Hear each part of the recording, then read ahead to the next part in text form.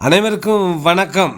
இந்த பதிவில் பார்க்க போகிறது இம்ரான்கான் குறித்து தான். பாகிஸ்தான் முன்னாள் பிரதமர் இம்ரான்கான் ஜெயிலிலேயே அடித்து கொலை செய்யப்பட்டதாக ஒரு வதந்தி செய்தி ஒரு வார காலமாக சோசியல் மீடியாவில் வைரலானது.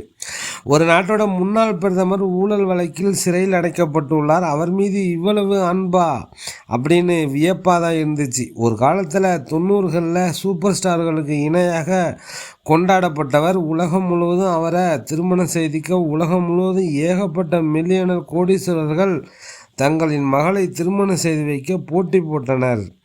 பாகிஸ்தான் கிரிக்கெட் அணியின் கேப்டனாக நம்ம ஊர் சச்சின் மாதிரி, டோனி மாதிரி கொண்டாடப்பட்டவர். 25 மார்ச் 1992 ஆஸ்திரேலியா மெல்போர்ன் நகரில் நடந்த வேர்ல்டு கப் மேட்சில் இங்கிலாந்துக்கு எதிராக பாகிஸ்தான் அணி வெற்றி பெற்றது, உலகக்கோப்பையும் கைப்பற்றியது. அப்போது பாகிஸ்தான் அணியின் கேப்டனாக இருந்தவர் இம்ரான்கான் தான். பாகிஸ்தான் அரசியலின் உச்சபட்ச அதிகாரத்தை கையில் வைத்திருந்தவர்கள் இம்ரான்கானை தங்களது கட்சியில் இணையுமாறு கேட்டும் அவர் அரசியல் பக்கம் வரவில்லை. அப்போது பிரபலமான தலைவர்களாக இருந்த பேனசீர் பூட்டோ, நவாஸ் ஷெரீப் இருந்தார்கள். பிறகு இராணுவ தளபதியாக இருந்து ஆட்சியை பிடித்த பர்வேஸ் முஷரப் போன்றவர்கள் அப்போது ஆட்சியில் இருந்தார்கள். பாகிஸ்தான் அரசியல் வரலாற்றில் இதுவரை யாருமே 5 ஆண்டுகள் ஆட்சியை முழுமையாக நிறைவு செய்தது கிடையாது. ஊழல் வழக்கி சிக்கி ஆட்சியில் இருந்து அகற்றப்படுவார்கள், இல்லை என்றால் கொலை செய்யப்படுவார்கள். பாகிஸ்தான் 5 மாகாணமாக இருக்கே. நம்ம ஊரில் மொழிவாரியாக மாநிலம் இருப்பது மாதிரி அங்கே இன ரீதியாக இப்போ 5 மாகாணமாக பிரித்து வச்சுருக்காங்க. அதில் சிந்து பஞ்சாப் மாகாணங்களை சேர்ந்தவர்களே ஆட்சியில் இருப்பார்கள். மற்ற மாகாணங்களில் இவர்களுக்கு மெஜாரிட்டி கிடைக்காது. ஆகையால் பெரும்பாலும் கூட்டணி ஆட்சி தான். கூட்டணி கட்சிகள் ஊழல் செய்வதை பிரதமர் தட்டி கேட்டால் ஆட்சியை கலைத்து விடுவார்கள். அங்கே பிரதமரை விட இராணுவ தளபதிக்கு தான் அதிக அதிகாரம் இருக்கும். இப்போது கூட தற்போதைய இராணுவ தளபதிக்கு அதிக அதிகாரங்களை நாடாளுமன்றம் வழங்கியுள்ளது. இராணுவ தளபதி அசீம் முனிருக்கு இம்ரான்கான் சிறையிலேயே உயிரிழந்து விட்டதாகவும் பரவி செய்தி அல்லது வதந்தி பலரையும் அதிர்ச்சியில் ஆழ்த்தியுள்ளது. தனது உயிருக்கு என்ன நடந்தாலும் அதற்கு பாகிஸ்தான் இராணுவ தளபதி அசீம் முனீர் தாம் காரணம், பொறுப்பு என இம்ரான்கான் கூறிய பழைய குற்றச்சாட்டு தற்போது பேசுபொருளாகி வருகிறது. அண்டை நாடான பாகிஸ்தானில் கிரிக்கெட் வீரராக இருந்து அரசியல்வாதியாக மாறிய இம்ரான்கான் பாகிஸ்தான் என்று சொன்னாலே பாகிஸ்தான் முகமாக அனைவருக்கும் தெரிந்த முகம் என்றால் அது இம்ரான்கான் தான். கிரிக்கெட் விளையாட்டுனா ஆல்ரவுண்டர்கள் கம்மியாக தான் இருப்பாங்க. இந்தியாவில் கபில் தேவ்னா, பாகிஸ்தானில் இம்ரான்கான். இப்படி உலக அளவில் பாகிஸ்தானின் முகமாக இருந்தவர் இம்ரான்கான். பாகிஸ்தானில் நடப்பது என்ன? இம்ரான்கான் மரணமா?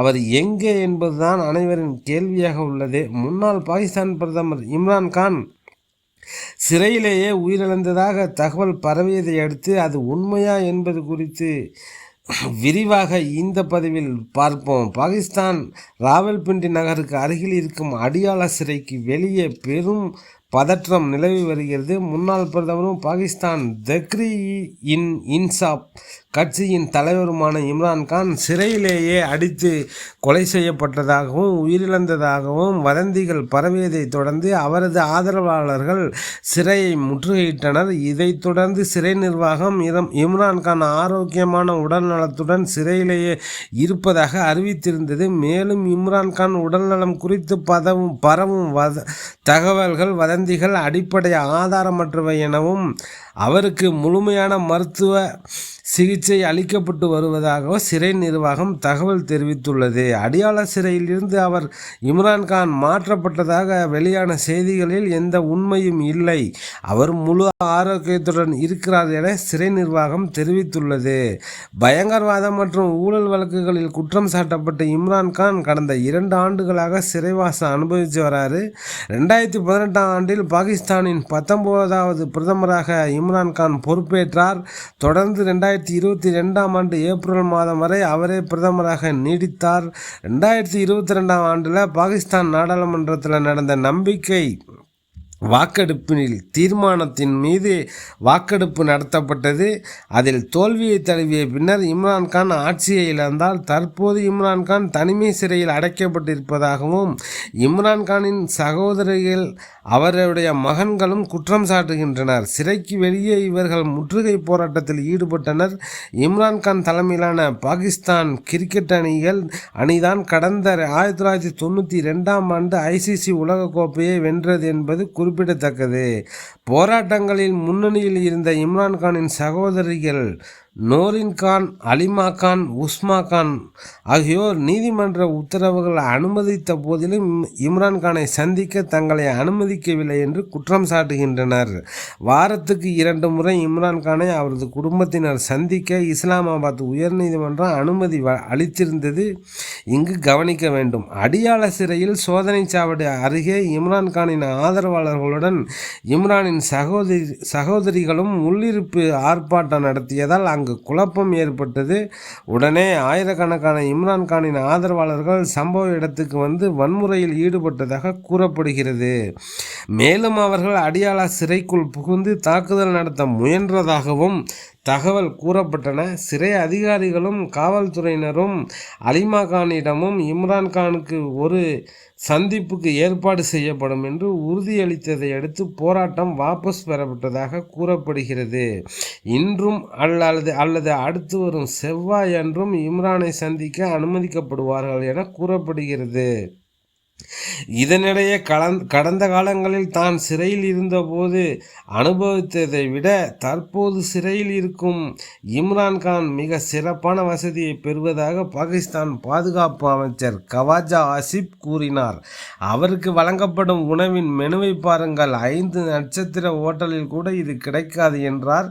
இம்ரான்கானுக்கு சிறையில் தொலைக்காட்சி, உடற்பயிற்சி உபகரணங்கள் மற்றும் பிற வசதிகள் கிடைப்பதாகவும் அவர் கூறினார். இம்ரான்கானுக்கு 2 படுக்கையுடன் வெல்வெட் மெத்தையும் வழங்கப்பட்டிருப்பதாக அவர் கூறினார்.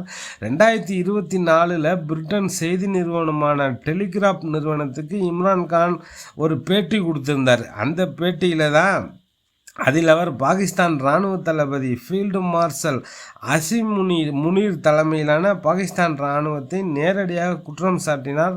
தனது கட்சியை அழிக்க அனைத்து தந்திரங்களையும் அசிம் முனீர் பயன்படுத்துவதாகவும் இம்ரான்கான் குற்றம் சாட்டியிருந்தார். தனக்கு ஏதாவது நேர்ந்தால் அசிம் முனீர் தான் பொறுப்பு என்றும் அடிமைத்தனத்தை விட மரணத்தையே விரும்புவதாக அவர் குறிப்பிட்டிருந்தார். இது தொடர்பாக அவர் மேலும் கூறுகையில், பாகிஸ்தான் இராணுவம் எனக்கு எதிராக எல்லா விஷயங்களையும் செய்கிறார்கள். இப்போது அவர்கள் செய்யக்கூடியது என்னை கொலை செய்வது மட்டுமே.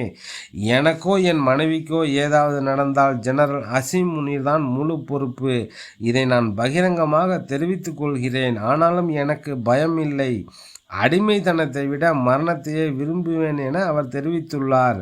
சிறையில் அடைக்கப்பட்ட இம்ரான்கான் உயிரிழந்து விட்டதாக தகவல் பரவிய நிலையில் அவரது இந்த பழைய பேட்டி இணையத்தில் ட்ரெண்டாகி வருகிறது. இதனிடையே இம்ரான்கானின் மகன் காசிம் கான் தனது தந்தையை விடுவிக்க கோரி கடிதம் எழுதியுள்ளார். இது தொடர்பாக அவர் எழுதிய கடிதத்தில் கடந்த 6 வாரங்களாக இம்ரான்கானை முழு தனிமை சிறையில் அடைத்துள்ளனர். நீதிமன்ற உத்தரவுகள் இருந்த போதிலும் அவரது சகோதரிகளை கூட சந்திக்க அனுமதிக்கவில்லை.